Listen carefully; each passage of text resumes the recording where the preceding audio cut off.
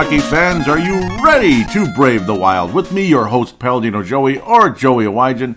Brave the Wild is available on Apple Podcasts, Google Play Music, Stitcher, Double Twist, and probably many others, just how the RSS feed goes. Thank you once again for joining me today. Great to be back on board talking Wild hockey. But unfortunately, the Wild are in what I would call a pitfall. Yes, a pitfall, literally. And of course, the Pittsburgh game is where the pit comes from. That was the definition of a pitfall. Minnesota in 2 games goes 0-2. And the Minnesota Wild season is definitely in jeopardy at this point. Got a nice home stretch coming. Got to win some games here. We'll see what happens. 2 games to review, 4 games to preview. We'll get right into it pretty much right here and right now. The Calgary game, Minnesota played well, just couldn't finish for crap. 2-1 game made Cam Talbot look like Ken Dryden, or just name your star goalie, Dominic Hasek, Patrick Watt. You could go on forever, but yeah, Cam Talbot has been fantastic against the Minnesota Wild this year. Rittich, the Wild scored a lot of goals against, but still lost the game. Calgary's definitely had the Wild's number this year, that's for sure. At least the last couple of games anyway. Vancouver, clearly the better team, and Pittsburgh looked like they're trying to win their 4th straight Stanley Cup. They look like either the early 90s Penguins or the early 80s New York Islanders. I won't put them in the Edmonton category, but geez, that was awful. That's why it was a pitfall. It was literally a pitfall. I mean, can you come up with a better name for this episode?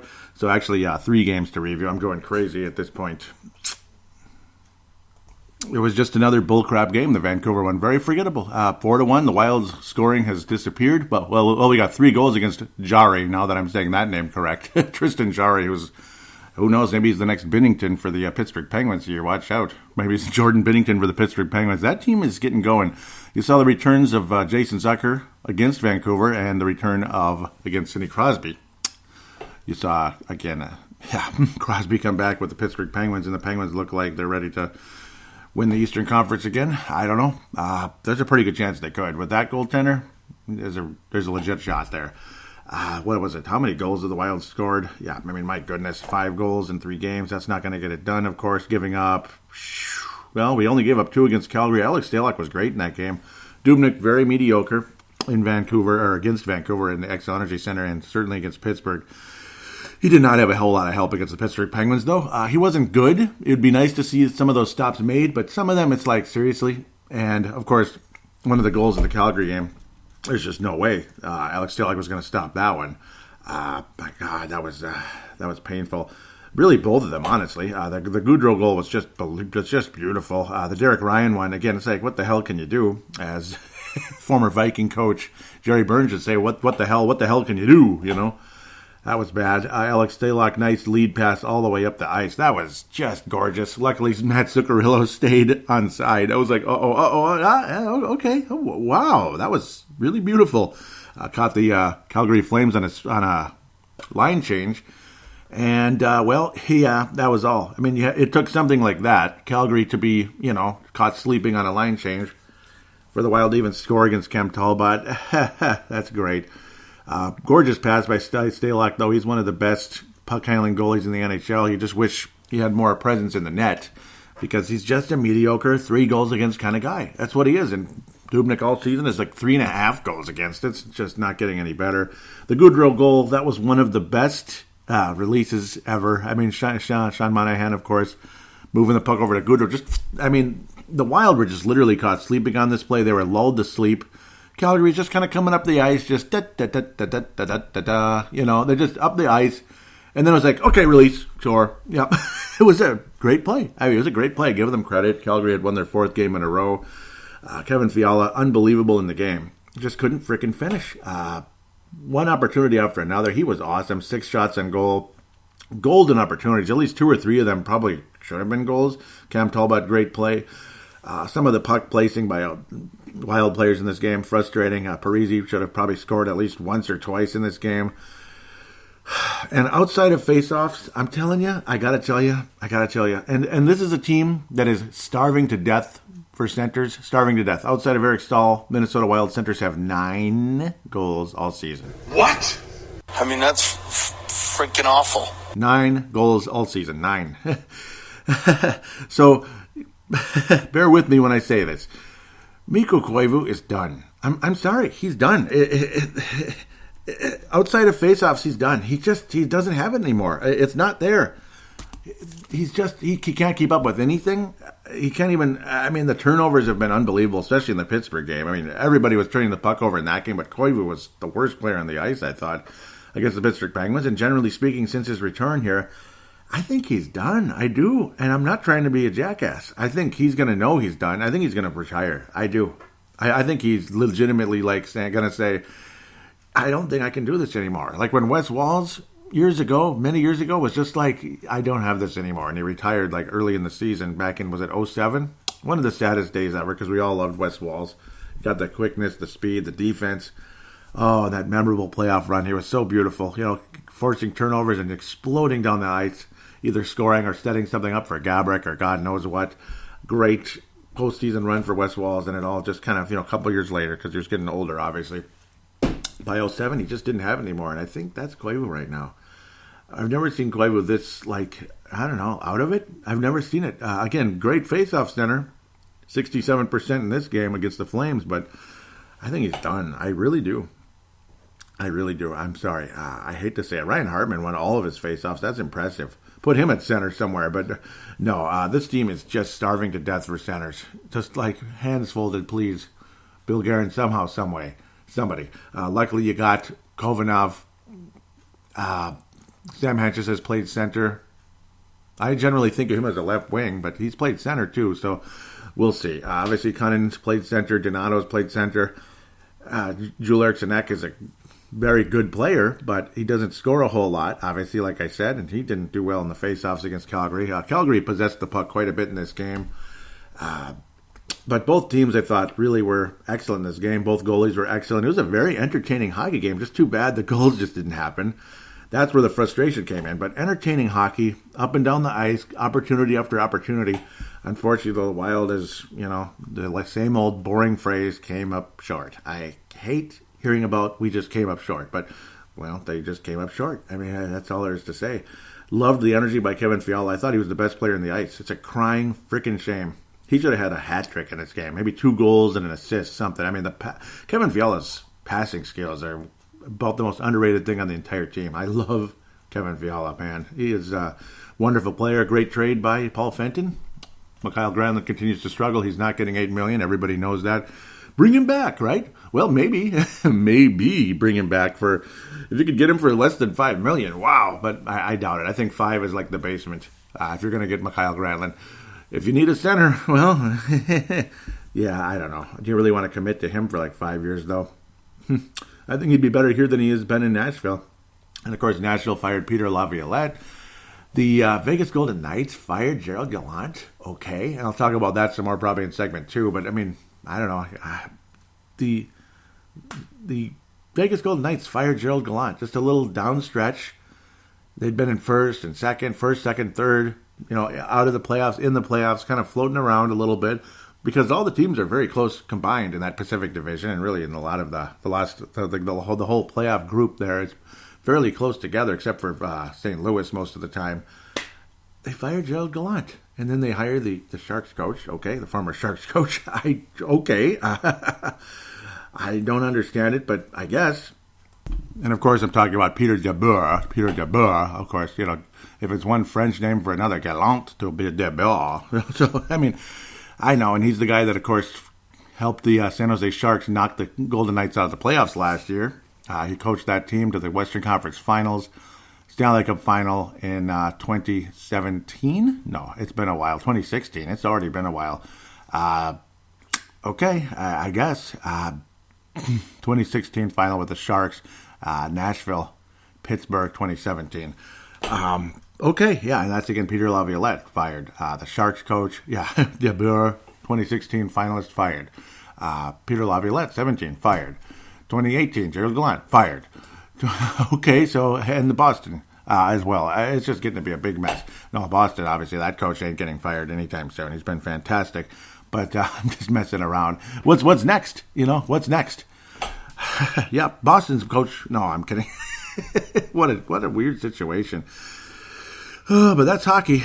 Bruce Boudreau's still hanging on. But I got to tell you, after that Pittsburgh game, if Paul Fenton was the general manager, I'm going to tell you, I think that's it. I think that would have been it. That was the game where Fenton would have probably let him go. Vancouver on Sunday after the depressing loss to the San Francisco 49ers. Lame sauce game. Or actually during the game, I should say. A lame sauce hockey game. Vancouver versus the Minnesota Wild.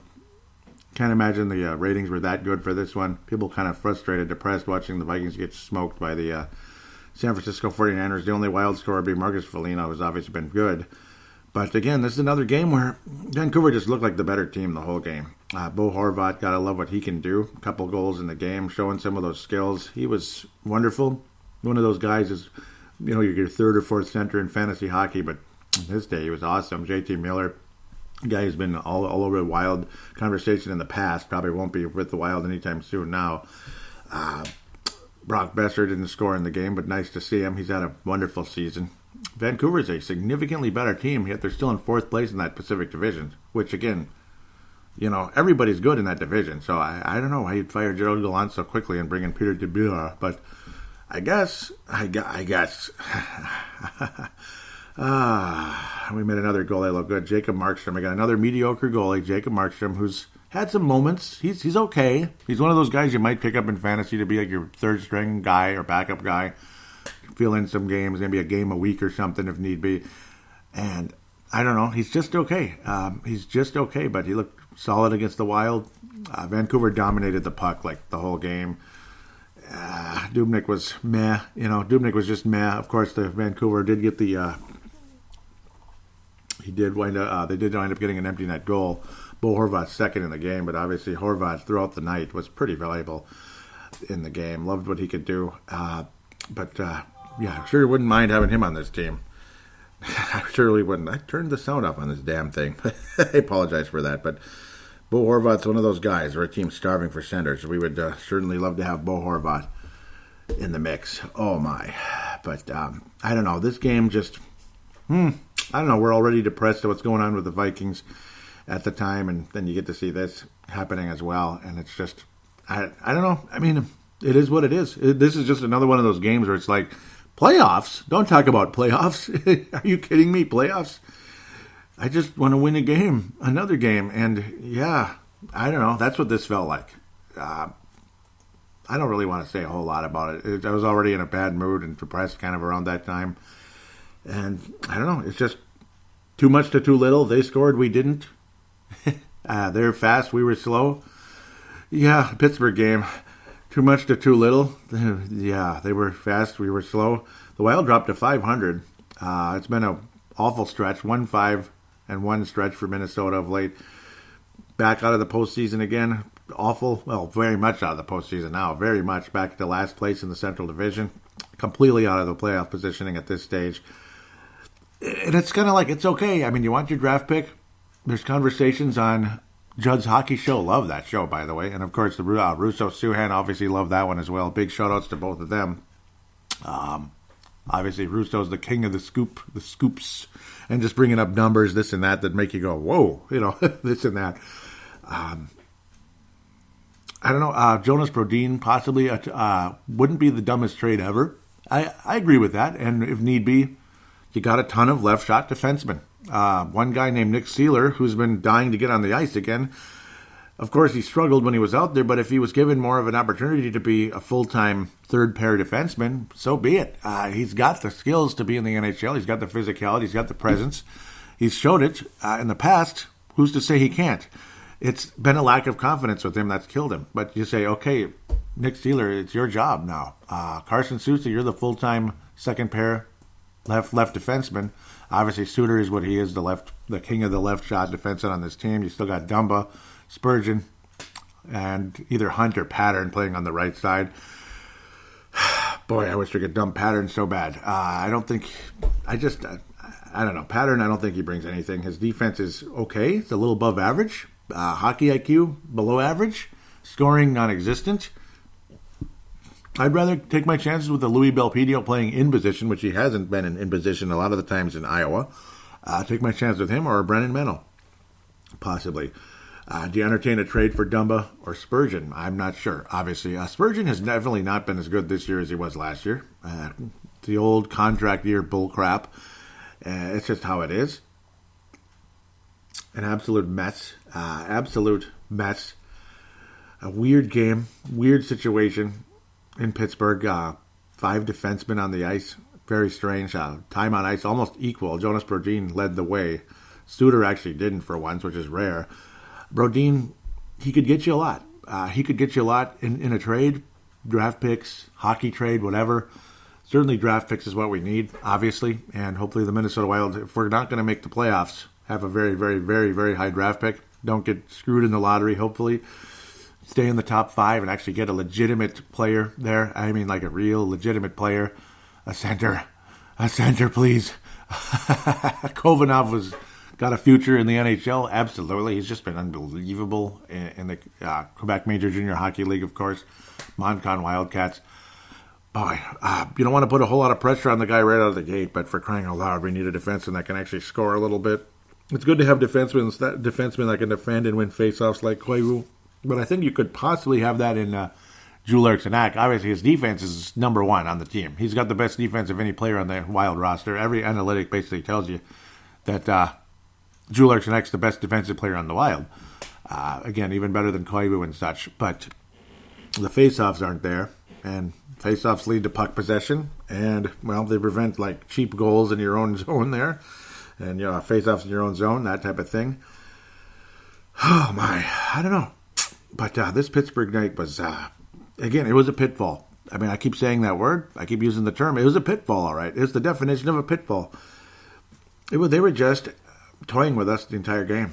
Sidney Crosby wound up with 4 total points. Malkin looked like Lemieux. Okay, not really.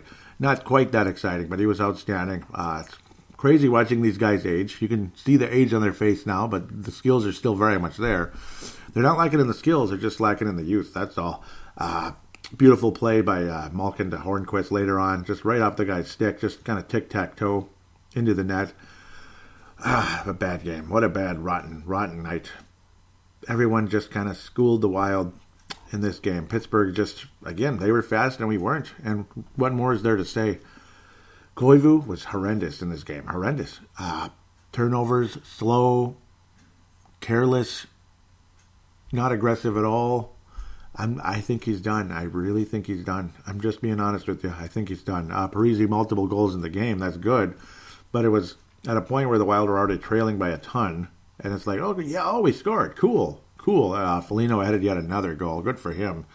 So he's been adding the statistics in Foligno's case and losing games, unfortunately. But obviously he's adding the statistics. He's been good. Foligno's been probably the best overall player for the Wild the last 2 weeks.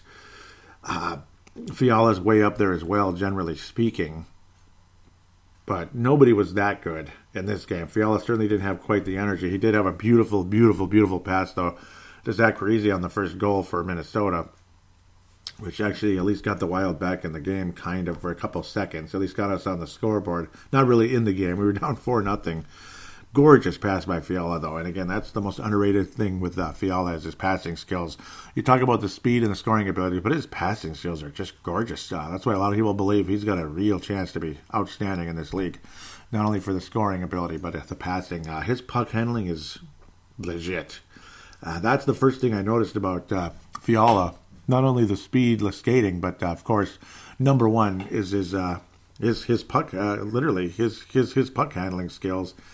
And his passing. Absolutely beautiful. A weird situation with the defense and all that, but generally speaking, like nobody was on their game in this one. Were they gassed? Were they tired? I guess. But this was just not a good game at all. And this is the kind of game where the coach takes the fall, even though it's not his fault. That's what it kind of felt like. But luckily, Bill Guerin, I don't think he's in a huge rush to pull the trigger. But games like this is where you see, Gerald Gallant fired. Peter fired from the Peter Laviolette from Nashville fired. Peter Dubois fired from the Sharks. This and that. This is that kind of game. Luckily, again, for Bruce Boudreau, Bill Guerin not quick on the trigger, and I'm okay with that. I'm satisfied with keeping Boudreau around at this point. Obviously, he's one of the few bright spots on the team right now. I got to think he's done a hell of a job, generally speaking. But it is what it is. That's the roster. Older guys, injured guys, banged up guys. young skilled guys, certain guys that are not reaching their potential, other guys that are. And that's just kind of all there is to say about that. The Mike Modano Award for this past week, I guess I'm going to give it to two guys, Foligno and Fiala.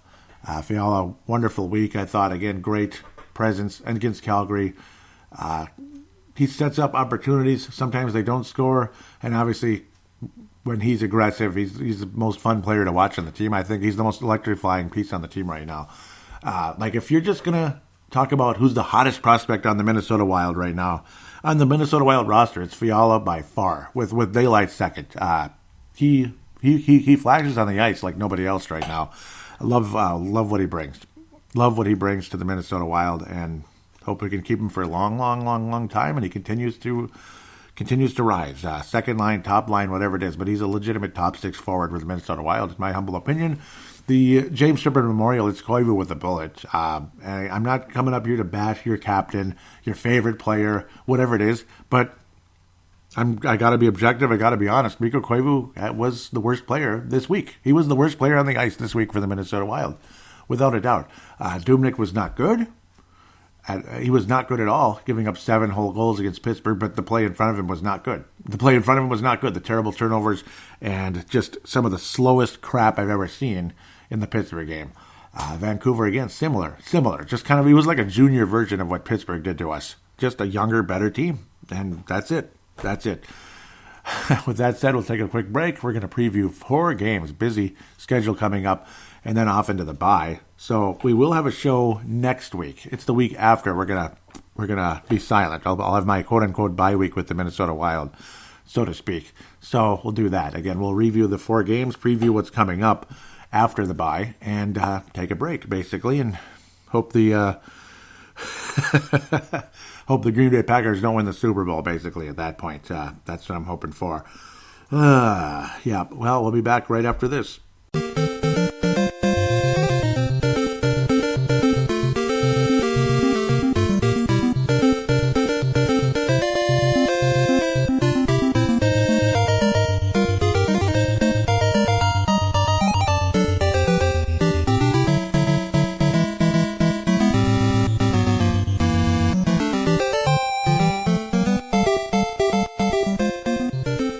We are back here on Brave the Wild. Going to preview 4 games and look at the prospects. Some interesting stuff going down in the AHL and such.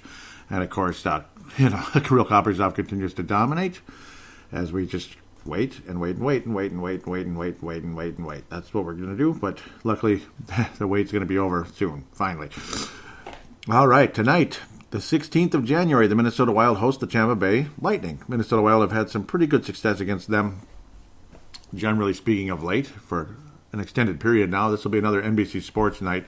Hopefully we represent a little better than we did the other night against the Pittsburgh Penguins on national television. National cable, but national television. Entertaining game back in December the 5th, 5-4, back and forth battle with the Tampa Bay Lightning. And again, some recent success against this club. Surprising how the Wild did so well against Vasilevsky. Just dominated in that game. Again, Tampa Bay's skills were very much evident, but Minnesota's scoring had just taken off at this stage, and this was early in the Christmas season. Nice, fun feeling. Victor Hedman, Victor Rask, Victor this, Victor that. Victor Rask, beautiful goal in the game. Along the way, Zuccarello ended up wrapping it up with, wrapped it up early in the third period. Ultimately, Stalock was solid in net, got beat a significant amount of times. This and that, but Zuccarello was the best player on the ice for Minnesota. Very entertaining game, to say the least. Or you could even definitely argue Carson Soucy was the best player on the ice. Oh, man. Soucy and Brodin combined for 4 points. They reach a +3 in the game. Awesome night for those couple guys. Man, love them both. It'd be sad to see them split up and somebody gets traded out of the two, but could happen. Tampa Bay Lightning second in the league in scoring. Second in the league in scoring. Minnesota, after being so good for so long, has now dropped to 20th. Being so good since early November, now we're down to 20th in scoring. Kucherov, after a slow start, now has 50 points on the season.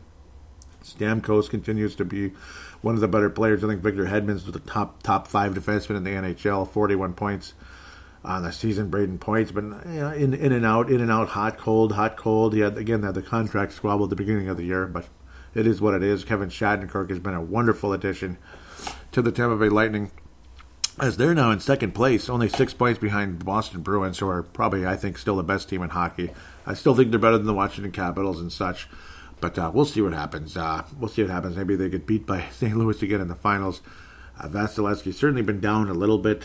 Great win-loss record, though, 23-9. Goals against average a little under 2.6. Save percentage very solid, 9.16 on the year. McElhenney, who was so good for the Carolina Hurricanes last year, not so good for Tampa this year. Again, he was splitting time in the net for the Hurricanes last season.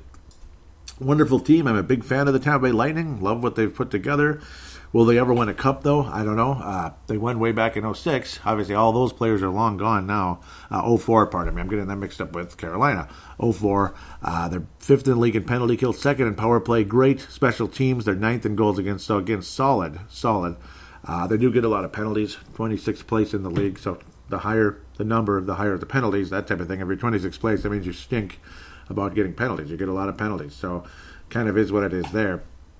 It's going to be a fun matchup, though, and this one's in Xcel Energy Center. Last game was in Tampa Bay, so it's going to be a fun little matchup. I love this. This would be a nice way to end your snide you've been on, four losses in a row. Oh boy, I don't know where to go with this. The Wild have just been so awful lately, and it's so frustrating. Again, most anybody would say Tampa's going to win this game. Most anybody would say that. The way the Wild are playing now, I mean, of course Tampa is going to win the game. But it's like you don't want to be super negative. Obviously, Tampa Bay has won 4 out of their last 5. Their only loss was to New Jersey. That's crazy. They scored 9 goals against Vancouver. 9. But again, their goaltending's not that good. They score goals. That's what Vancouver is. 4-0 against the Arizona Coyotes. Taylor Hall not working out there. 1-0 victory over Philly. Okay, a 3-1 loss in New Jersey. Ugh. And then a 4-3 barely got past the Los Angeles Kings in Tampa Bay. Okay, nice. I don't know where to go with this one. I don't know. The Wild we played so well against this team. You want to believe it's going to continue. But the Wild play of late is telling me a different story. It really is.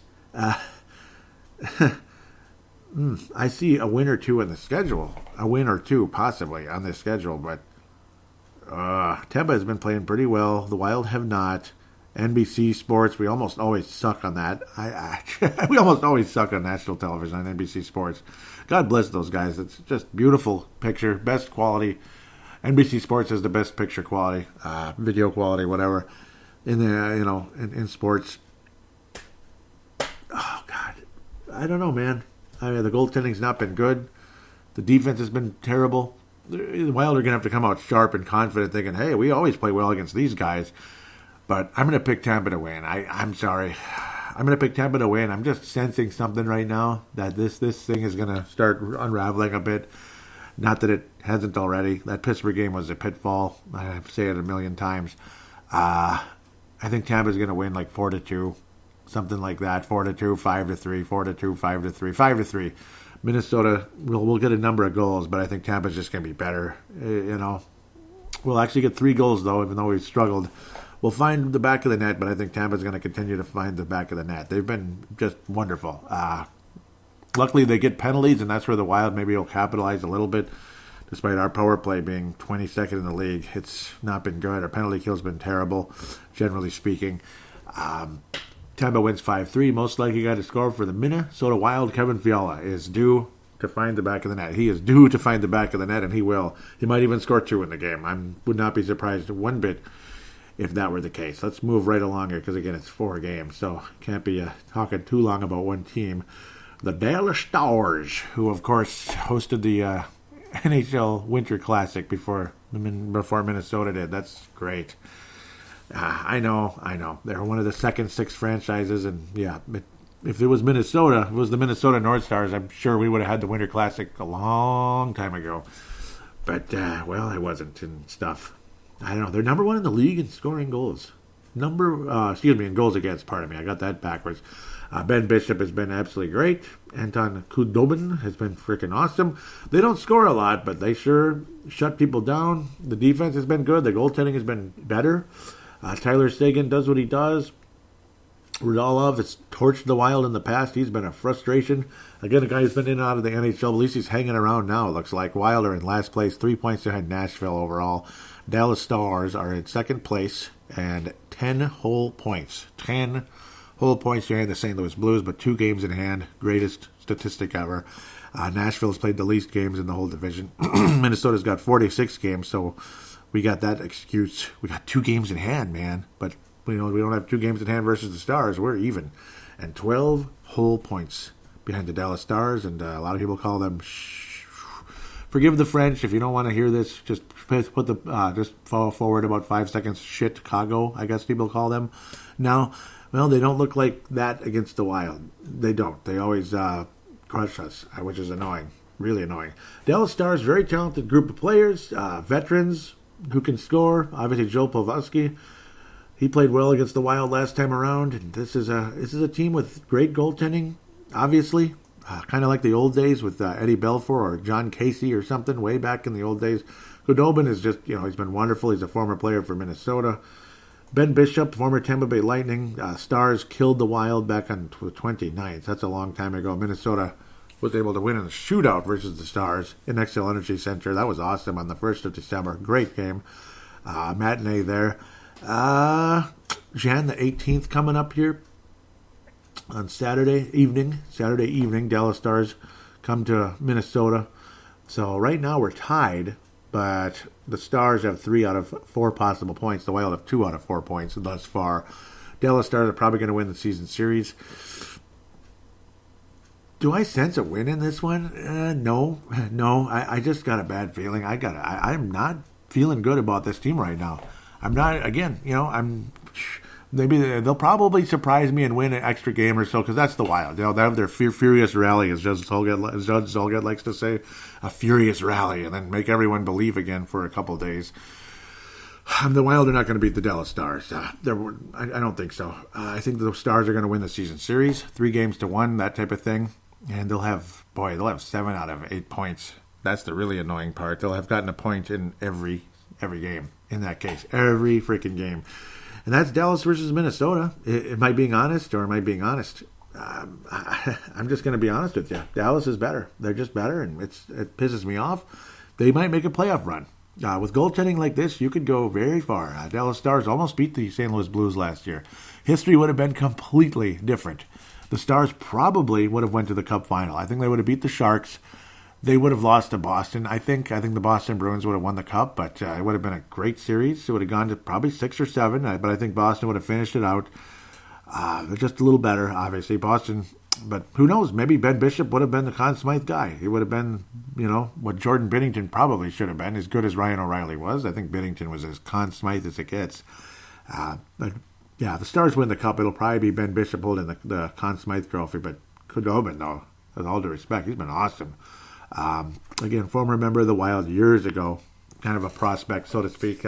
Short little guy, but Khudobin, Alex Stalock, as good as Stalock is at the puck, I'll take Khudobin 10 out of 10 times. 93% save percentage. Ben Bishop, 93% save percentage. Only 2 shutouts on the year.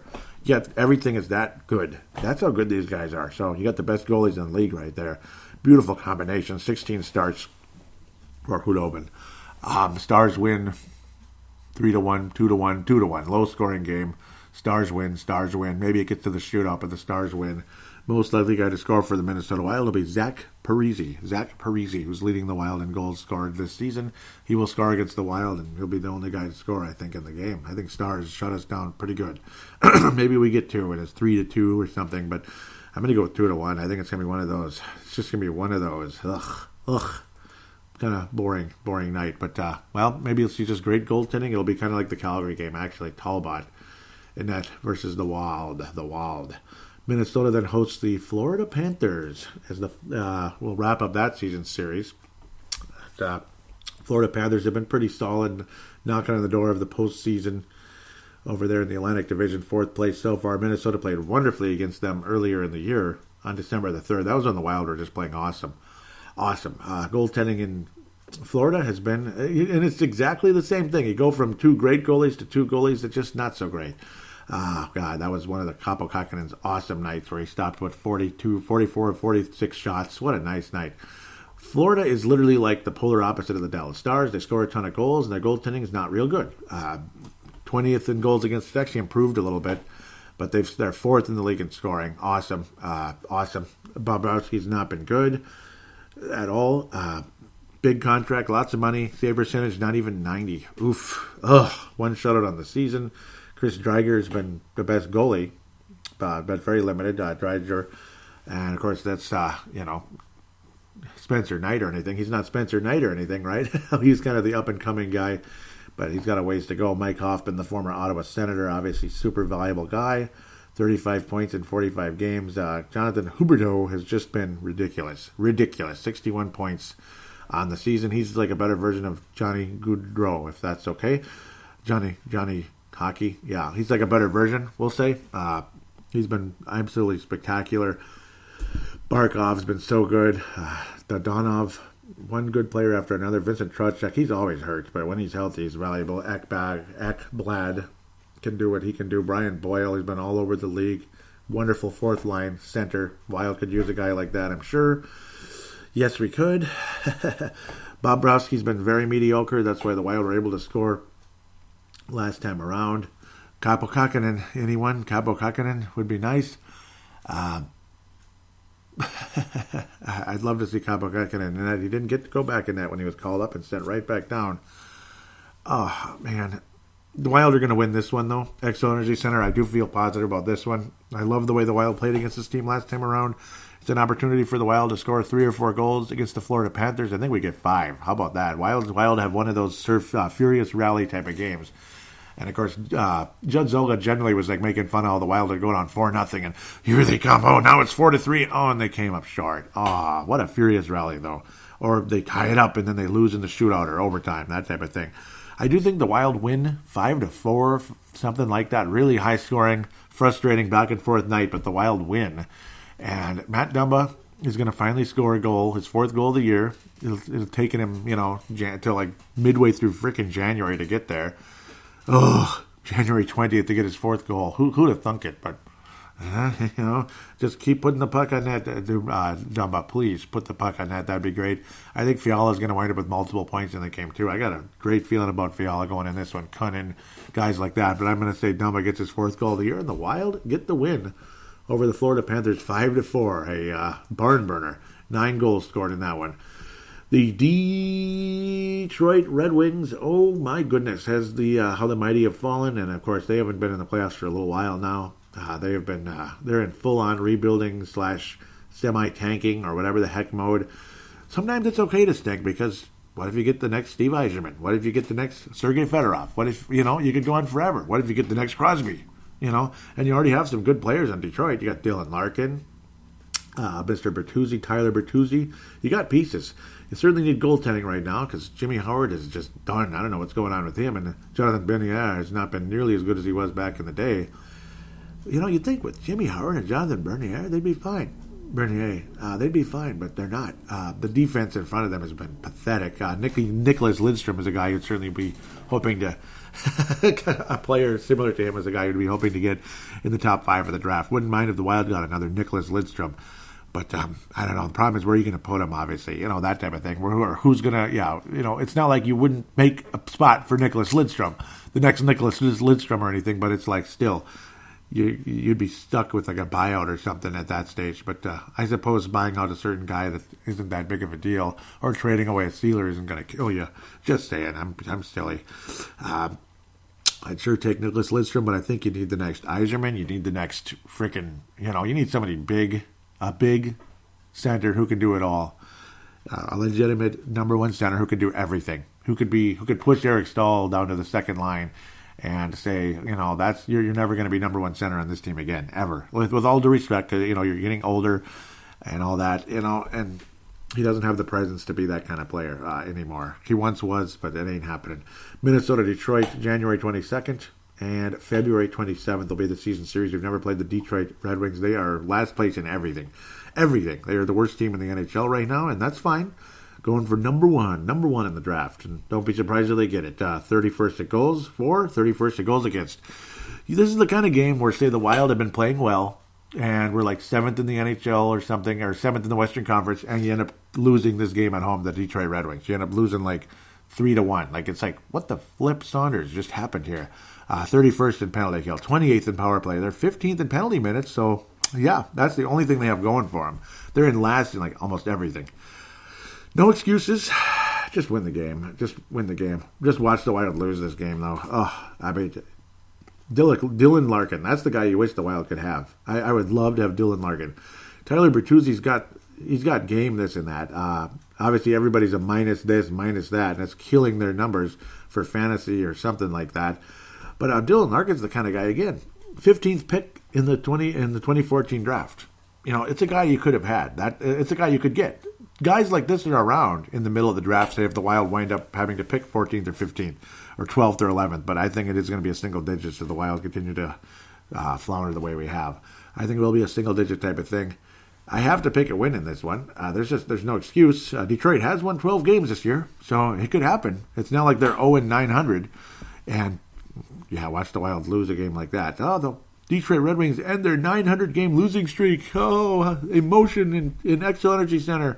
And the fans are crashing the place. There's like six packs of some nasty beer like Coors Light flying on the ice and shattering all over the place. Somebody snuck in a 6-pack and threw them all over the ice. Whatever. And dead octopuses and stuff. Yeah, remember that? Yeah, remember those days of Detroit? Remember the glory days of Detroit? Yeah, a lot of people probably don't at this point. That's how long it's been already, kind of sadly. So far away, isn't it? But no excuse. The Wild need to win the game. Detroit has actually won 2 games recently, if you can believe that. Jan 7th against Montreal and against Ottawa, one of the other awful teams in the Eastern Conference, the Eastern Conference in this stage. 8-2 demolition most recently versus the Islanders, and a 5-1 debacle against the Buffalo Sabres, who are kind of screwing around over there in the East as well. Got to win this game, Wednesday the 22nd, before we head into the bye and the All-Star break and all that crap. And watch Eric Stahl just kind of be part of the game, and who cares? It's an All-Star game. It's fun, good for him. Nice recognition and all that. I wish it was Parise instead. I don't know. I'm happy for Stahl, but Parise just gets ignored too much. He does. But at least he's got a good bank account. I guess that's just kind of how it goes sometimes in the real world, I suppose. You get the money at least, which is nice, but you don't always get the recognition of the All-Star game. Sometimes similar to things going on in the regular world. Inside conversation there. Another NBC Sports game, which could be scary, but I think the Wild get this. I think the Wild get the job done. 4-2, 4-1, 4-2. We'll go with the 4-2 win for Minnesota. Detroit, there's just no excuse. You got to beat this team. There's no energy with them right now. Oh, again, if the Wild were a playoff team and needed this game, watch them lose. Just watch. Trap game, as they call it. But the Wild win 4-2, and the most likely guy to score in the game is going to be Luke Cunningham, is going to score against the Minnesota Wild against the Detroit Red Wings. And the Wild finally, the Wild win a couple of games in a row, Florida and Detroit. Maybe we'll squeeze a point versus Dallas, but I doubt it. I think we get 4 out of 8 possible points, and just, the mediocre 500 season continues, and that's all I got to say about that. Let's jump into the prospects. And as per usual, we jump into the Iowa Wild, and wow, they've been playing a lot better. Sam Honest was on an amazing streak for a while. He's at 42 points in 40 games, just piling up the assists this year. He'd been a goal scorer. Talk about goal scorers, though, Jared Mayhew, but generally speaking, unbelievable numbers. In the last 10 games, he was on a 10-game point streak is what I'm trying to say. And in the last 12 games, 21 points for Gerald Mayhew. That's unbelievable. The guy is just kicking ass right now. Very happy to have him a part of things. It's a crying shame. He needs to be in the NHL. But it's like you got good players. That's the thing. He got good, solid players underneath in the fourth line and such. You got a lot of young players, Greenway, Cunnin, guys like that. You have the Geek Squad. No, they've been split up a bit. Greenway's been playing higher up and hasn't been scoring for crap, which is frustrating. Obviously, Cunnin and Eck have been so solid.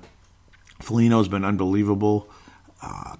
Hartman's been very solid. Heck, he won 4 faceoffs the other day. 4 faceoffs. He won all 4 of the faceoffs he took. Hartman. I'm so sorry. Hartman and Foligno. I tried to put those two together accidentally. I'm going to leave that on there. You'll love that. There's no way. I mean, it's like somebody has to get hurt, which is crappy. Like, come on, get hurt. That's almost, it's sad how it's like that when you're a minor league player. Again, like I used to say years ago, me and my brother playing Super Mario Brothers, sometimes you had to wait until the other character would die. They die once, so now it's the other kid's turn. Mario and Luigi, the old Super Mario Brothers, you're just sitting there going, die. And that's kind of what it's like. I mean, Gerald Mayhew should be in the NHL on at least a bottom six role, fourth line, third line role. I mean, he could play third line in the NHL. He could, and score double-digit goals. There's no question about that. He's got the ability. It is kind of funny and crazy when you look down the Iowa Wild roster. 26 goals for Gerald Mayhew, right? 26 in only 34 games because he was called up to Minnesota for a while, and in some cases he got rotted in the press box. Just the extra man, really extra man. I think he's better than that. And then Sam Anas is your second goal scorer with only 12. It's kind of funny. And then after that, nobody's even in double digits. The third place guy, though, is becoming more and more intriguing as he continues to climb up the charts. Obviously, as he'd been banged up a little bit for a little while, and he was on the Wild, and he was scratched, and you know what I mean. So he didn't get a whole lot of games. Only 32 games, 19 points now. He just continues to chip away. He's got 9 goals in the season. I'm telling you, when I keep talking about centers, you need centers, this and that. You're dying for centers, and the second, third, and fourth line centers for the Minnesota Wild this year with Koivu with only 2 all season, by the way. 9 goals combined. Nico Sturm in the AHL has 9 goals. So AHL is different. There's a difference in everything, but I think Nico Sturm translates to the National Hockey League. I don't think there's any question about it. He's got great passing ability. He can score. He's big. He's strong. Nico Sturm has a very strong possibility to be a good NHL center. Would love to have him. Hopefully he can. Man, I mean, that's where you're okay with Koivu retiring. Because you got Yul Eriksson, you got Nico Sturm, who's more than capable of being, I think, a long-term defenseman in the National Hockey League. Winning face-offs, hopefully, providing that strong defense. And again, Yul Eriksson is like a shoo-in to be an elite defensive center. It just needs to, you hope he improves on the face-offs. You hope so.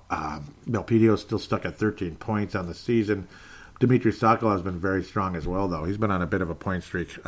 Very strong play by him. He's now at 13 points in only 21 games. As you remember earlier in the year, he was rotting, scratched every single time. It's pretty crazy. I love what he's been doing out there. Love it.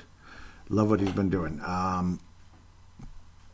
Brennan Mennel, he added a couple points the other night, 27 on the season. And nice to see Iowa kind of coming out of their funk. They were in a funk for a while there, but it didn't help that Kaapo Kähkönen was up with Minnesota, and Matt Robson was struggling. Now both of them are doing pretty well. Robson's been stronger in net. Of late, he's down to 2.86 goals against average, 500 record. Kaapo Kähkönen has been fantastic, obviously. This continues to keep it to about 2 goals a game. Overall, 2.6 after a tough stretch there. 14-4 overall, 2 shutouts on the season. Kaapo Kähkönen has a legitimate shot at being a long-term NHL goalie in the league. At least a really good backup. Something like that who would get a lot of action. Luke Johnson's been awesome. Coming back from injury earlier in the season. He's only 24 years of age. He's a center. 8 goals in 19 games, 15 total points. He's been very solid, but he is a -8. So he was out there some rough stretches. And Will Bitten, obviously, has been, he hasn't been scoring lately, but certainly showing signs of improvement the last year and a half after an extremely slow start to his very young professional career a mere year ago. Not recently, but turned 21 back in the summer. Will Bitten, very, very young guy with probably a future in the NHL at some point, a bottom 6 center type of guy, like third or fourth line center type of guy. Sealer's been continuing to get action. He's now been in 6 games, and somehow he's a +9. He's just been awesome. He's been out there in the right place, right time. Probably been on the top defensive pairing, and he should be. He should be. I can't believe he's 26 already. Oh, Nick, I feel for you, buddy. +9. He's been out there probably with Mayhew during the course of time. Mayhew and Anas playing together at times on the power play, and they've been piling things on in a big way. Only +5 on the year for Mayhew, because of course the Iowa Wild went through some awful stretches JT Brown update for those of you that at this stage he's the minus 14. He's the worst plus minus guy on the team. So yeah, it is what it is. I don't think he's an NHL player. He's hanging in there as just a mediocre AHL player. Frankly, he's played in 40 games. And he's only got 13 points. JT Brown's not that good. I mean, it's okay to say it. It's okay. It's not the end of the world if you're honest about it. He's from Minnesota, yes, but he's not that good. I'm sorry. You got Brennan Mennel from Woodbury. He's been awesome. We're going to praise him all day. Kyle Rouse, solid. Too small to probably play in the NHL, only 5'8". Honest, you got the same situation there, but boy, oh boy, his ability is so up there that you wish he could have a shot. You really do, in the top 6 on occasion. But Mayhew, absolutely. He's the kind of guy who can kind of do both. He can play anywhere. He can play anywhere in the 12, top to bottom of an NHL roster. Looking around some more. Can I do an update here? My post got deleted on MLW Prospects because somebody else had already posted it, probably Justin back. So I apologize. That's why they deleted it, I'm sure, not to be mean to me. But Bryce Misley finally scored again. He finally got his, not scored, but got an assist. He got his second point of the season now, 19 games. Bryce Misley finally got another point. It's like newsworthy. And I'm rooting for him. I'm not trying to be sarcastic, but it's sad. Come on, Misley. Oh, I know Vermont is not good, but Misley. 2 points in 19 games. He finally got his second point. I'm not trying to be mean to you, I promise. Just in case, 1 in a million chance the guy's listening. Matt Boldy, solid. Phil Lindbergh, what an awesome weekend he had. Matt Boldy, finally doing something out there. He's now at 2 goals, 4 assists, 6 points on the season. Had a multi-point game the other day. What a nice, or last weekend, pardon me. That's a good sign, at least. Well, he's at .333, you know what I mean. He's at a third of a point a game now, so at least he's kind of starting to do something. Good for him. Obviously, slow start to his collegiate career for the 12th overall pick of the 2019 draft. God bless Matt Boldy. Hopefully he continues to pick that up. Philip Lindbergh, what an awesome week he had, though. He had a 40-save night against one of the better teams in the nation.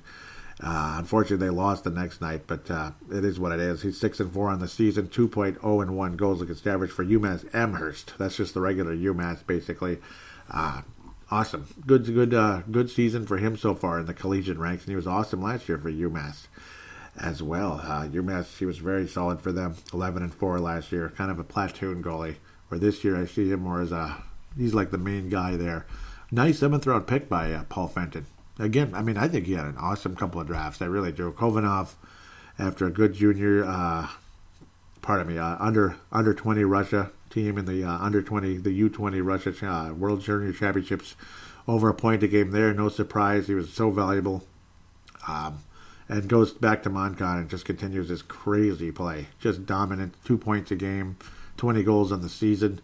Can do everything. Absolutely spectacular. Plus 27 on the year. Kovanov, future top 1 or 2 center for Minnesota, I gotta hope. Jack McBain might be a 3rd or 4th line guy, but he's been chipping away. He keeps chipping away. He's almost already at this point total last year. He was another guy last year who started off so slow, kind of like Boldy for the Wild Prospects this year. Boston College, of course, Jack McBain, and it's a better team. Last year was awful. Boston College is one of their worst years in I don't know how long, like a million years. He's now at double digits, so 3 points behind last year's total of 13, and he's still got a strong. He's still got a few months to play there, so hopefully he can double his point total last year. Would be a nice step up for Jack McBain, and pretty good team. And again, keep rooting for Boston College because there's wild prospects all over that team.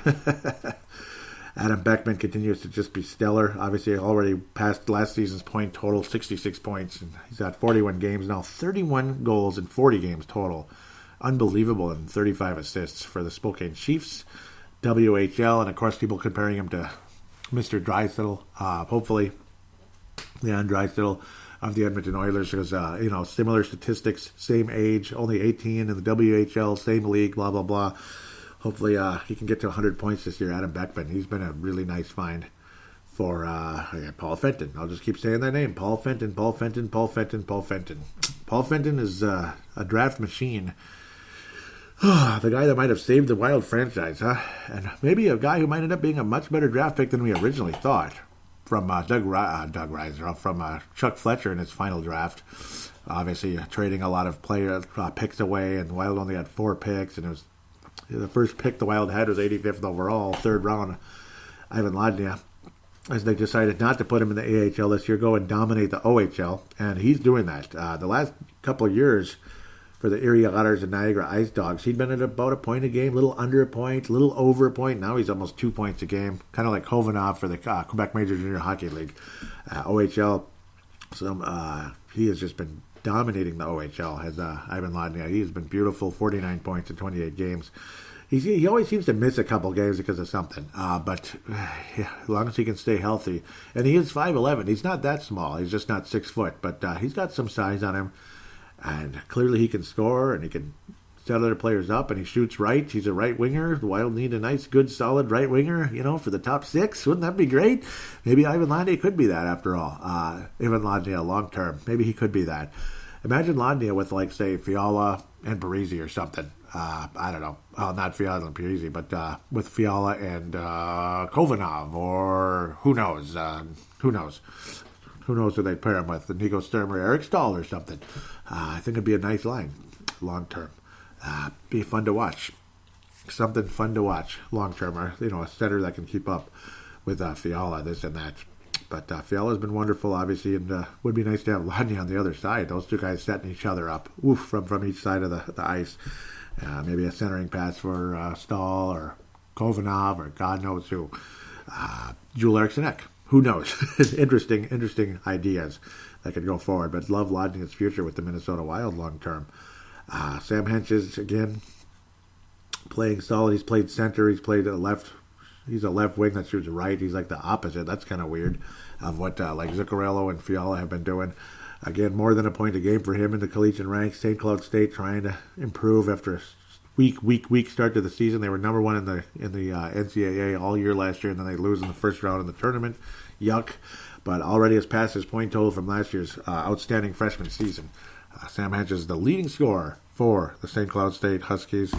Been awesome. Been awesome indeed. Been awesome. Giroux's continuing to chip away in the AHL. That's a name I didn't even mention before. And, of course, our buddy Kirill Kaprizov has been picking it up again lately. He's been beautiful, obviously.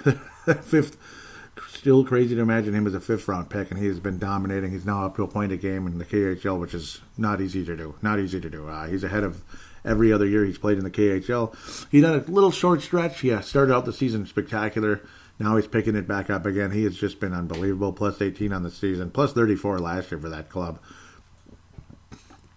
Can't wait to see him. Just continuing to have multi-point games lately. Would be crazy to see him flat out dominate the KHL. They'll be like, you're not going to the NHL. No, they gotta let him go to the NHL. Come on. Let him come and make his money and have a hell of a storied career for Minnesota, hopefully. Maybe be the best player in Wild history. Maybe, hopefully he becomes the best player in Wild history. Oh, I wish the Wild could deal for Dylan Larkin. I wish we could, but it ain't going to happen. He's one of the few guys over there that can bring some hope to the Detroit Red Wings in the coming future. Yeah, if they ever get better, which they will, especially with Steve Yzerman in charge. They're going to get better. They'll tank for a couple more years and watch the Detroit Red Wings emerge suddenly in the Eastern Conference. They'll be like Tampa Bay before you know it, because we all know who put Tampa Bay together originally. Oh, it'll be fun to watch. It will be fun to watch, indeed. No question. So, yeah, nice positive future for the Minnesota Wild prospects. It's like some people say the cupboards are bare. I don't think they're bare. They could be better, and I think they'll continue to get better, especially if guys like Adam Beckman and such continue to emerge. It'll be interesting to see him maybe in the AHL for a year or even just part of a year. Next thing you know, he's in the NHL. Looking forward to see what happens. Of course, again, Lodnia, this and that. A lot of these guys have really become something. And Kaprizov is who he is. Kirill Kaprizov is who he is. You just wish guys like Greenway and such, Greenway Donato, could step it up a bit because, well, at the end of the day, they're going to be expendable pieces very soon because those spots are going to be needed. They're going to be needed. If they're not going to start scoring, These other guys are going to take it from him, and I gotta hope they will. It's not like Greenway dominated in college. It's not like Donato dominated. Eck never dominated anywhere. He looked pretty good in the AHL, but again, his defense is so good, he's not going anywhere. I don't think the Wild will get rid of him, but I guess you never know. Guerin, I should say, will never get rid of him, but you never know. Marshall Warren, we'll look at him real quick again. Also, Boston College. We'll talk about him a little bit. 7 points on the season, so a little less than half a point a game, but we'll see what happens. Again, just a freshman, 18 years of age, for the young left shot defenseman again. So that's another reason eventually somebody's going to get traded or moved on from the left side. But, I hope they don't get rid of Soucy. We'll see. And, of course, Marshall Warren still has to prove himself. He's obviously just getting started. And he was only a 6th-round pick, but could be one of those nice sleepers out there. Could be outstanding. We'll see what happens there. With that said, kind of pretty much made my point here. It's already an hour. Holy cow. I really had a lot to say about the prospects, and it's exciting. And again, 4 games to preview. That'll do that also. Shout-outs to MNW Prospects. MNW Prospects, great to be a part of that page. Thank you so very much. Pavel Burnett, Justin Back, Merrick Skybaugh, and others out there. Great job keeping up with all the Minnesota Wild prospects. MNW Prospects, look that up on Facebook if you could. Join that. It looks like a lot of you have. It's already got like 1,000 people on there, and plus it's climbing like crazy. What an awesome page. I'm proud to be a part of it. Hope they don't kick me out. Hope they don't kick me out. Don't kick me out now, guys, please. I'll keep plugging the hell out of you. Maybe people are joining because of this show and just joining in general from Minnesota Wild Global and other pages out there. Minnesota Wild Global, major shout out to them as well. Scott Cavendish, Chad Walski, of course, Pavel Burnett, Justin Back, post on there as well. And Chance Kostick, David Kostick. I could go on with so many. Love that page very much. Thank you again. Scott Cavendish got that one going a few months ago. So great to be a part of that page also. But, of course, the Twitter account, @BraveTheWild, @BraveTheWild. Want to thank Vinrock, Vince Germano, and Tanae Brown for retweeting the show. Thank you so much, Tanae Brown out of New Zealand. Vinrock, Vince Germano out of Australia. Thank you guys so much for retweeting the show and passing it on to your New Zealand and Australian friends. Really appreciate that. It would be nice to have more of a hockey market out there and maybe a Minnesota Wild fan base in Australia and New Zealand. And a Brave the Wild listenership out there as well. Thank you guys so very much. Thank you. Facebook.com/BraveTheWild.Minnesota. Facebook.com/BraveTheWild.Minnesota. Please do follow that if you could. Follow it, whatever they call that. And, of course, again, follow the Twitter account @BraveTheWild. Final thing now, the voice recognition, the audio submission route. Simply use the voice recording application on your smart device. Treat it like a phone call. Keep it to about 5 minutes or less or something like that. Stop, save, and email it to paladinolive@yahoo.com. paladinolive@yahoo.com. Greatly appreciated in advance. Would love to hear from you. Have a fan interaction segment with your voice on here. Audio submission. That's what we call that. Very final thing. Please do write a positive rating on iTunes. If you could, iTunes/Apple Podcast or whichever application out there. If you could, it'd be greatly appreciated. Say what you like about the show. Say what you'd like to be improved, whatever it is. Thank you in advance. Can't thank you enough for those of you that have. The most recent one was awesome by MN Soda 24. Thank you. That was an awesome review. I can't tell you how much I appreciate that one. God bless you. Hope you have a wonderful week. Hopefully the Wild can pick things up a bit and we head into the bye. We will have a show next week, and the bye we will take a break after next week's show.